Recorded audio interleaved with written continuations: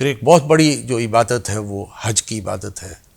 کہ جس میں تمام مسلمان لاکھوں کی تعداد میں جمع ہوتے ہیں، اور ان کی منزل ایک ہوتی ہے، جی،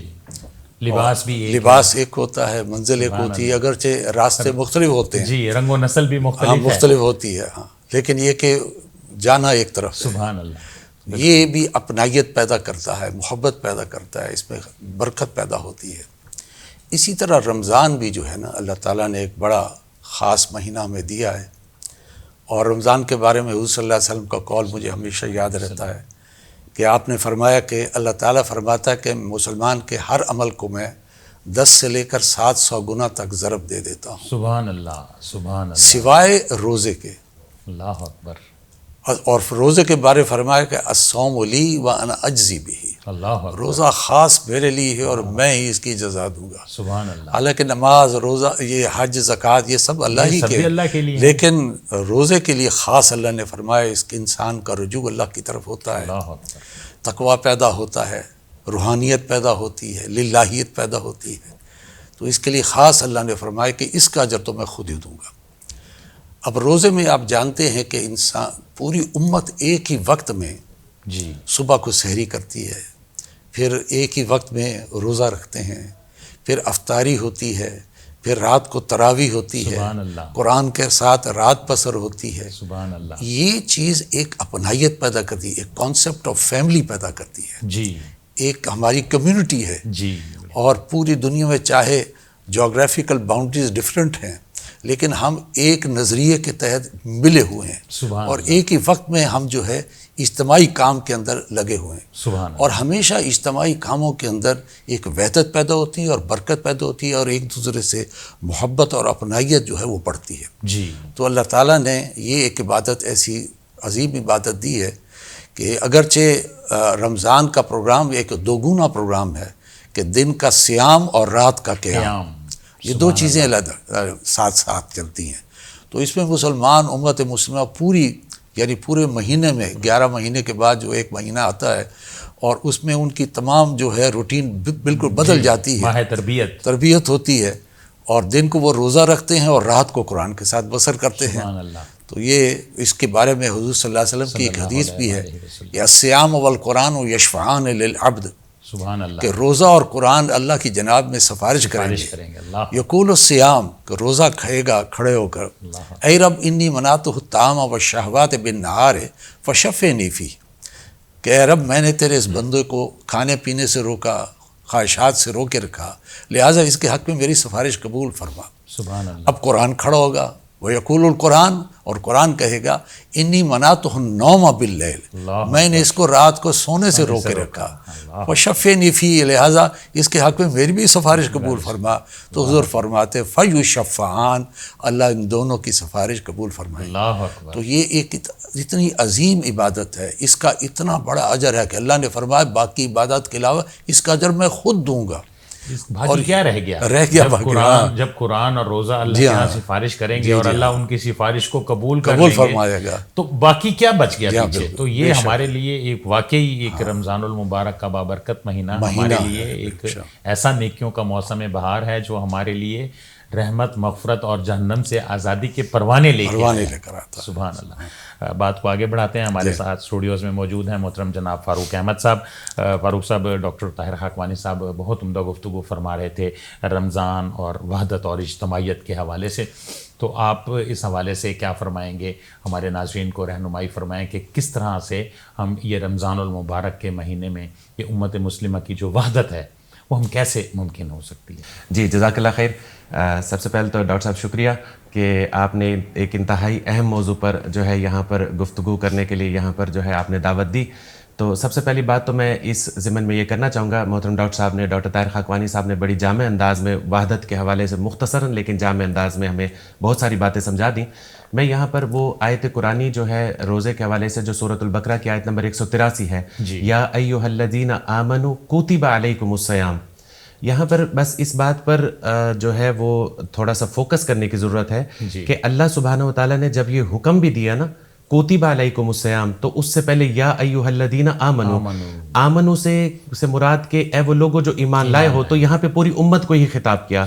یعنی کہ امت کے کسی ایک حصے کو خطاب نہیں کیا، یعنی کہ جو کلمہ پڑھ کر ایمان لا چکے ہیں اور نبی اکرم صلی اللہ علیہ وسلم کی شریعت مطہرہ پر عمل کرنا جنہوں نے شروع کر دیا ہے، ان سب کو بیک وقت ایک ہی دفعہ کیا کہا کہ کوتیبہ علیکم الصیام، تم پر روزے فرض کر دیے گئے ہیں، کما کوتیبہ علی الذین من قبلکم۔ یہاں پر دیکھیے ہم تو امت مسلمہ کی وحدت کی بات کریں یہاں کر رہے ہیں، اس سے بڑھ کر آپ یہ دیکھیے اللہ نے یہ فرمایا کہ یہ پوری نوع انسانی پر،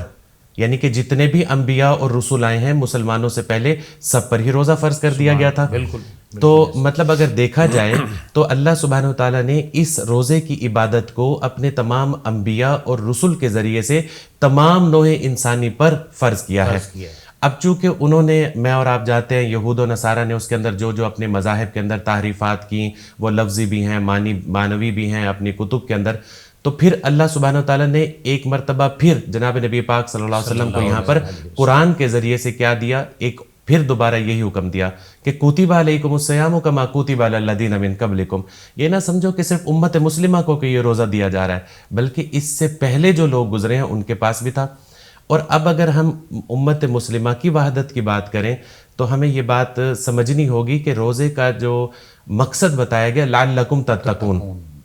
تقوی بتایا گیا ہے۔ اور یہ بات جان لیجیے کہ آج ہم جس طرح کے بھی یا جتنے بھی مسائل کے شکار ہیں، جو مسائل جو ہمیں فیس مسلمانوں کو کرنے پڑ رہے ہیں، اس کی اگر ہم تھوڑے سی ڈیٹیل میں جا کر اس کو دیکھیں یا سمجھنے کی کوشش کریں تو سمجھ یہ آتی کہ تقوی نہیں ہے۔ بالکل۔ اور اللہ نے امت کو خطاب کرتے ہوئے تمام مومنین کو یہ کہا ہے کہ تم روزہ رکھو تاکہ تمہارے اندر تقوی پیدا ہو۔ سر روزہ ہمارے ہاں صرف یہی ہے کہ کھانے پینے سے ہم نے رک جانا ہے، روزہ صرف بھوک اور پیاس کا نام نہیں۔ جی یہ بات تو آپ کی بالکل بجائے ہے، درست ہے کہ اگر روزے کی اگر ہم ایک آفیشیل ڈیفینیشن لیں، وہ تو ظاہری بات ہے، علماء جو اہل علم حضرات ہیں وہ یہ بتاتے ہیں کہ روزہ نام ہے صبح صادق سے لے کے غروب آفتاب تک 2 چیزوں سے رکے رہنے کا نام ہے، جملہ کھانے پینے کی اشیاء اور شہوانی جذبات، یہ جو اللہ نے ایک نیچرل اندر سیکشل ارج رکھی اس سے رکنے کا نام ہے۔ تو اس کے ذریعے سے جب ان 2 چیزوں کو انسان اوائڈ کرتا ہے تو پھر انسان کے اندر آٹومیٹکلی ایک تقوی کی روش آتی ہے، اور تقوی اس سے بڑھ کر بھی ہے۔ یہ بات تو میں مطلب آپ کے سامنے آپ بھی جانتے ہیں کہ آج ہم اگر تقوی اس کو کمپیریزن کریں، یعنی کہ ایک وہ لوگ تھے جو کہ جن کو ہم کمپینینز آف رسول اللہ صلی اللہ علیہ وسلم کہتے ہیں، جو کہ صحابہ کرام رضوان اللہ علیہم اجمعین تھے، ان کے تقوی کی مثال اگر آج ہم دیں تو آج ہمیں واقعتاً اپنے اوپر غور کرنا پڑے گا بحیثیت مجموعی امت مسلمہ، کہ مطلب وہ ایک جماعت تھی صحابہ کرام رضوان اللہ علیہم اجمعین کی جو اس روزے کو رکھ کر اور پھر تقوی کی روش اختیار کرتے تھے۔ اللہ اکبر۔ اور آج ایک میں اپنا جائزہ لوں، کیونکہ ظاہری بات ہے انسان کو جو ہے وہ اپنا جائزہ خود احتسابی کرتے رہنا چاہیے، ورنہ تو یہ مشکل ہو جاتا ہے آج اس تقوی کی روش کو پہنچنا۔ لیکن بہرحال اللہ سبحانہ وتعالیٰ کا حکم ہے، اگر آج ہم دینی تعلیمات کے عین مطابق اس ماہ مبارکہ کو گزاریں اور اپنے اندر یہ شعور رکھیں کہ ہم وہ امت ہیں جن کو خطاب کر کے یہ کہا گیا ہے کہ تم پر روزے فرض کیے گئے ہیں اس لیے کہ تاکہ تم تقوی کی روش اختیار کرو، تو تقوی کے اندر ہم دوسرے لوگوں کے حقوق کو بھی ان کا خیال کریں گے، تو اس سے بھی ایک وحدت کا کانسیپٹ ہمارے اندر آئے گا جی جب میں تقوی کی حالت میں ہوں گا۔ میں اس میں تھوڑا سا ذرا ایڈ کروں گا ضرور کہ روزے میں جو اہم چیز ہے کہ صرف کھانا پینے سے رکنے کا نام نہیں ہے، جی صوم کے معنی رکنا ہے، تو بلکہ جو خواہشات ہیں اور اپنی نظروں پر پہرا، اپنی زبان پر پہرا، اپنے کانوں پر پہرا، خواہشات نفس پر پہرا، اپنی انا پر پہرا، یہ چیزیں جب شامل ہوگی تو انشاءاللہ تقوی کی جو حلاوت ہے وہ انسان کو محسوس ہوگی۔ جی صرف جیسے حضور نے فرمایا کہ اگر انسان جھوٹ بولنا نہیں چھوڑتا یا جھوٹ پر عمل کام نہیں چھوڑتا تو اللہ کو کوئی حاجت نہیں ہے اس کے پیاسا بھوکا رہنے کی کوئی حاجت نہیں ہے۔ تو اصل میں صرف مقصد بھوکا پیاسا نہیں رہنا، وہ ایک بہت بڑی بات ہے، لیکن اس کے ساتھ اپنی خواہشات نفس پر بھی پہرے لگانا اور وقت کی قدر کرنا۔ یہ وقت بڑا قیمتی ہے، اس وقت کو ضائع نہ کرنا کہ انسان جو ہے وہ وقت کے اندر جو اپنی صرف کوئی ویڈیوز دیکھ رہا ہے یا کوئی اور چیزیں دیکھ رہا ہے، ویڈیو گیم دیکھ رہا ہے، بور ہو رہا ہے، چلو یہ کھیل لیں وہ کھیل لیں، وقت کا ضیاع ہے، تو وہ پھر وہ تقوی کی وہ حلاوت محسوس نہیں ہوتی۔ تو یہ ساری چیزیں جو ہے وہ کاؤنٹ کرتی ہیں. جی. ڈاکٹر طاہر خاقانی صاحب، آپ سے اس ضمن میں ایک اور چیز ہم دیکھ رہے ہیں کہ اس وقت ہماری جو امت مسلمہ ہے وہ اس وقت ڈیکلائن کا شکار ہے. جی جی. اور ہم یہ دیکھ رہے ہیں کہ یہود اور نصارہ اور باقی جتنے بھی اغیار کہہ لیں غیر مسلم، تو یہ ان کا اپنا گٹھ جوڑ ہے، اور یہ سارا گٹھ جوڑ صرف اسلاموفوبیا یا کہہ لیں، یا اس کو ہم اسلام کے خلاف، اسلام کو ٹارگٹ کیا ہوا ہے انہوں نے. تو آج یہ رمضان ہمیں یہ پیغام، جیسے آپ نے ماشاءاللہ بہت عمدہ انداز میں وحدت کی بات کی، تو آج اگر ہم یہ کہیں کہ امت کی بیداری کے لیے ہم رمضان کیا پیغام دیتا ہے؟ جیسے میں نے پہلے شروع میں عرض کیا کہ اس میں ایک روحانی پیغام بھی ہے، جی، اس میں اخلاقی پیغام بھی ہے، اور اس میں اجتماعی شعور کے حوالے سے پیغام بھی ہے. روحانی اعتبار سے آپ دیکھیں کہ جب انسان کھانے پینے سے اور شہوانی خواہشات سے رکتا ہے تو انسان کا جو حیوانی وجود ہے وہ کمزور ہوتا ہے، اور اس کے نتیجے میں روحانی وجود ایکٹیویٹ ہوتا ہے. جی. اور جب آپ جانتے ہیں کہ روح چونکہ انسان کی جو نور سے بنی ہے، اس کی غذا بھی نور سے بنی ہے، اور وہ وہی ہے قرآن مجید. لہٰذا جیسے شاعر کہتا ہے کہ نغمہ وہی ہے نغمہ کہ جس کو روح سنے اور روح سنائے. روح الامین نے یہ نغمہ سنایا روح محمدی کو علیہ صاحب وسلم. تو جب انسان کا نفس کمزور ہوتا ہے تو روح بیدار ہوتی ہے، اور روح جو ہے جب اس کو اس کی پیاس لگتی ہے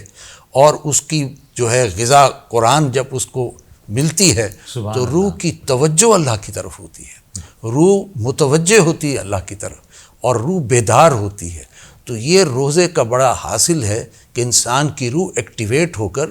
اور وہ اللہ کے ساتھ جڑتی ہے، اور اللہ کو تلاش کرتی ہے، اور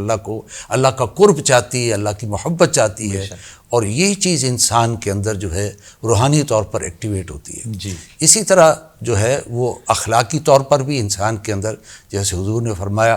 وہ شہر الصبر، یہ کہ صبر کا مہینہ ہے، اور صبر کا عوض جو ہے وہ جنت ہے. لہٰذا تقویٰ ہے، صبر ہے، تزکیہ ہے، یہ وہ اخلاقی چیزیں ہیں کہ جو روزہ جو ہے ہمارے اندر پیدا کرتا ہے. اور ہمیں اس اعتبار سے صرف یہی نہیں بلکہ اللہ نے فرمایا کہ جب انسان کی روح ایکٹیویٹ ہوتی ہے اور رب کا قرب چاہتی ہے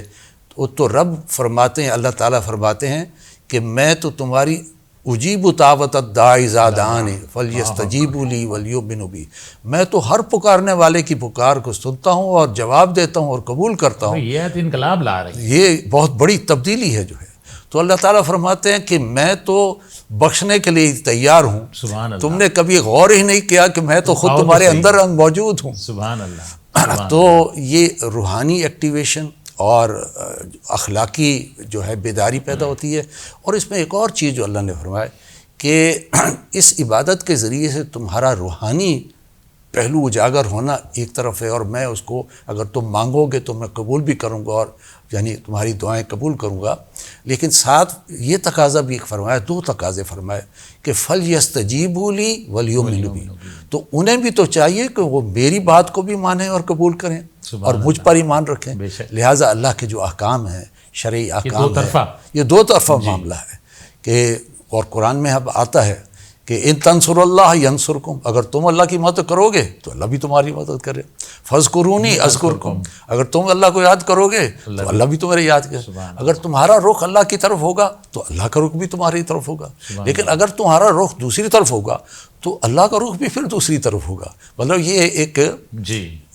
دو طرفہ. اللہ تعالیٰ نے کیٹیگوریکلی قرآن مجید میں اس کو واضح طور پہ فرما دیا. اچھا، یہاں پہ ہم دیکھ رہے ہیں کہ میں یہ سمجھ رہا ہوں آج امت مسلمہ ہم دیکھیں تقریباً 56 اسلامی ممالک ہیں، اور اس کے باوجود ہم اتنی بڑی تعداد میں امت مسلمہ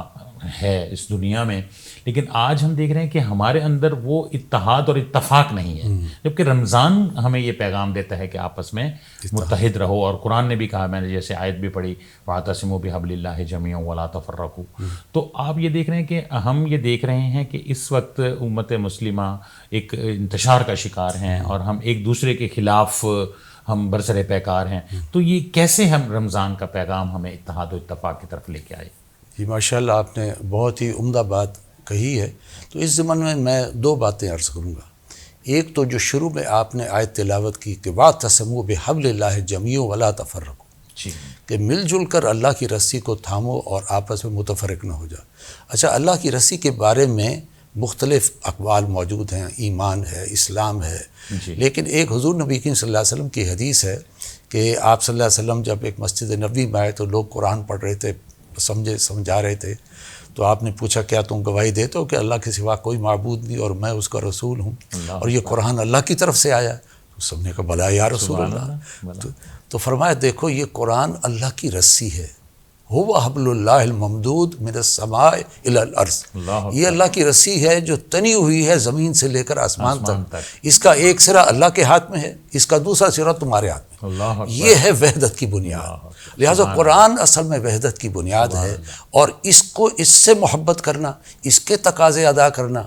اور جیسے حضور نے فرمایا ان اللہ یرفع بہذا الکتاب اقواما ویضع بہ آخرین، کہ اللہ تعالیٰ اس کتاب کی بدولت قوموں کو عروج عطا فرمائے گا، سبحان اللہ، اور اس کو نظر انداز کرنے کی بنیاد پر قوموں کو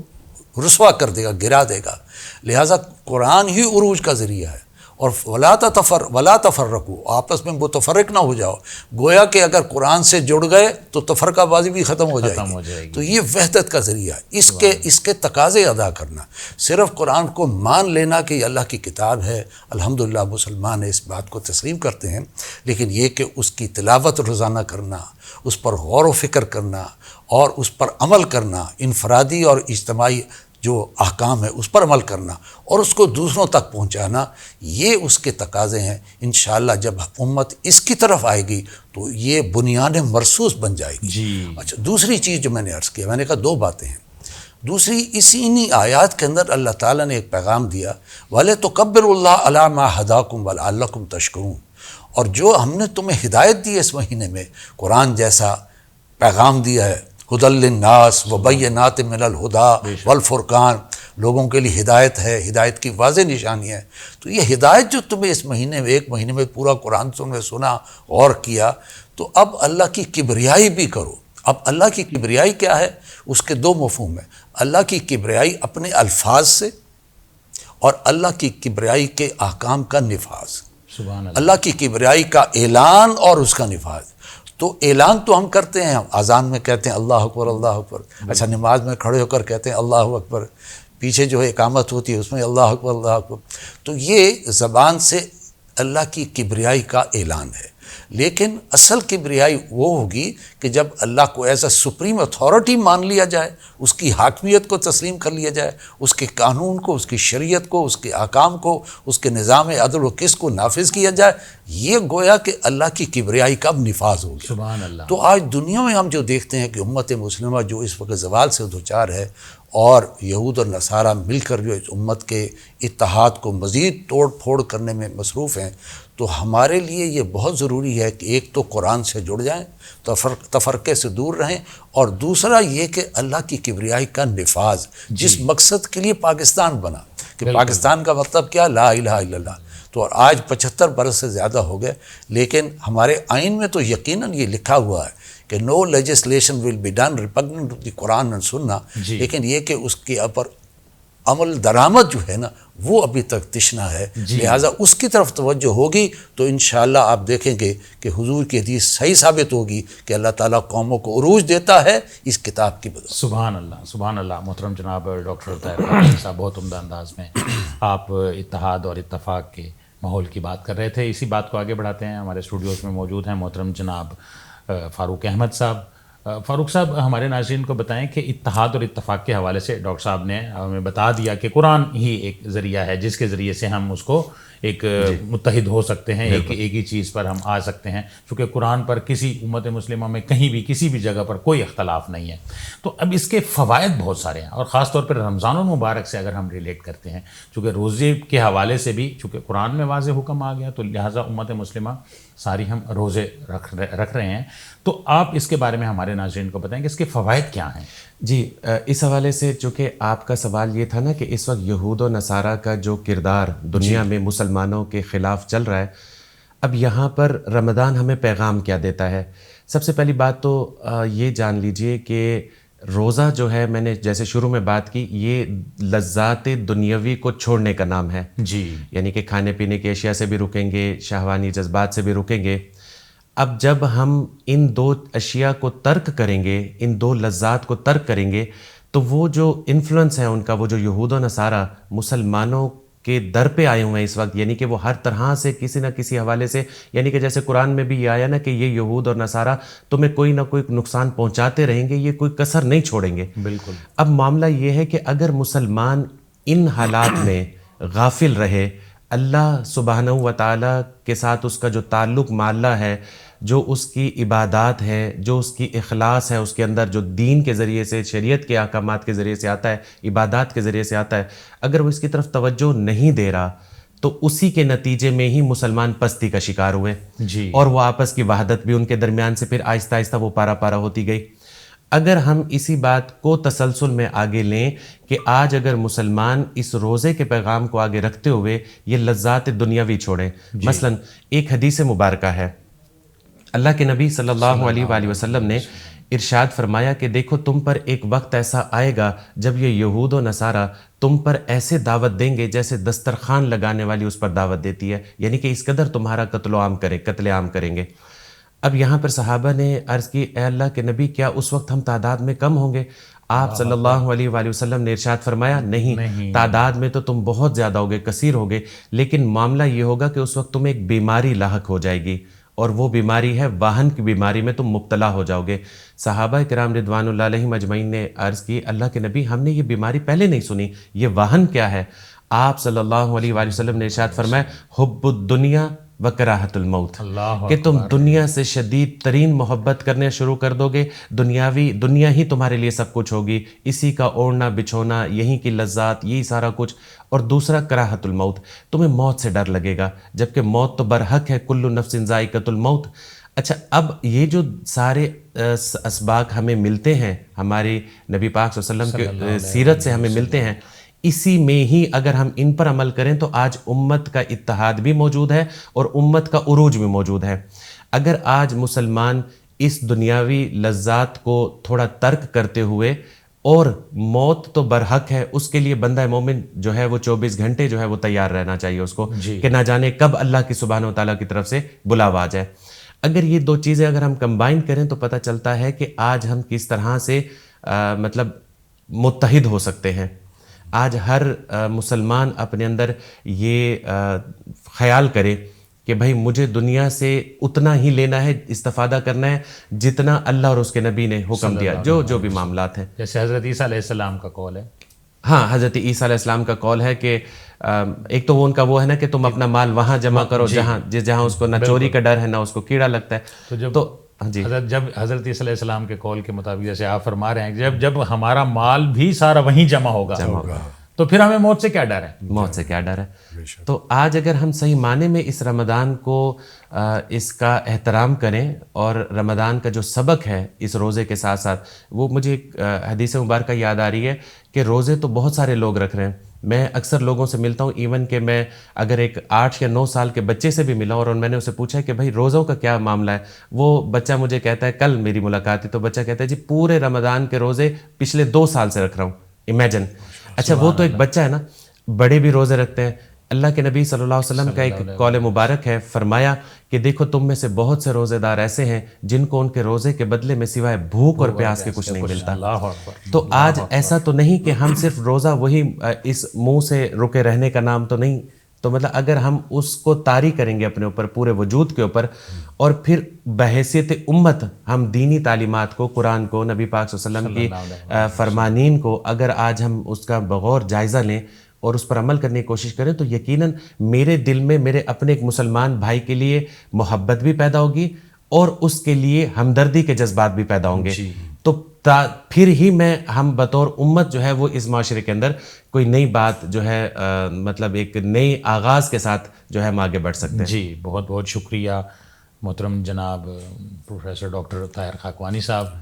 محترم جناب فاروق احمد صاحب, آپ ہمارے اسٹوڈیوز میں تشریف لائے اور رمضان اور اجتماعی شعور امت مسلمہ کی وحدت کے پیغام کے موضوع پر آپ نے تفصیل سے گفتگو فرمائی. آپ کی تشریف آوری کا بہت بہت شکریہ.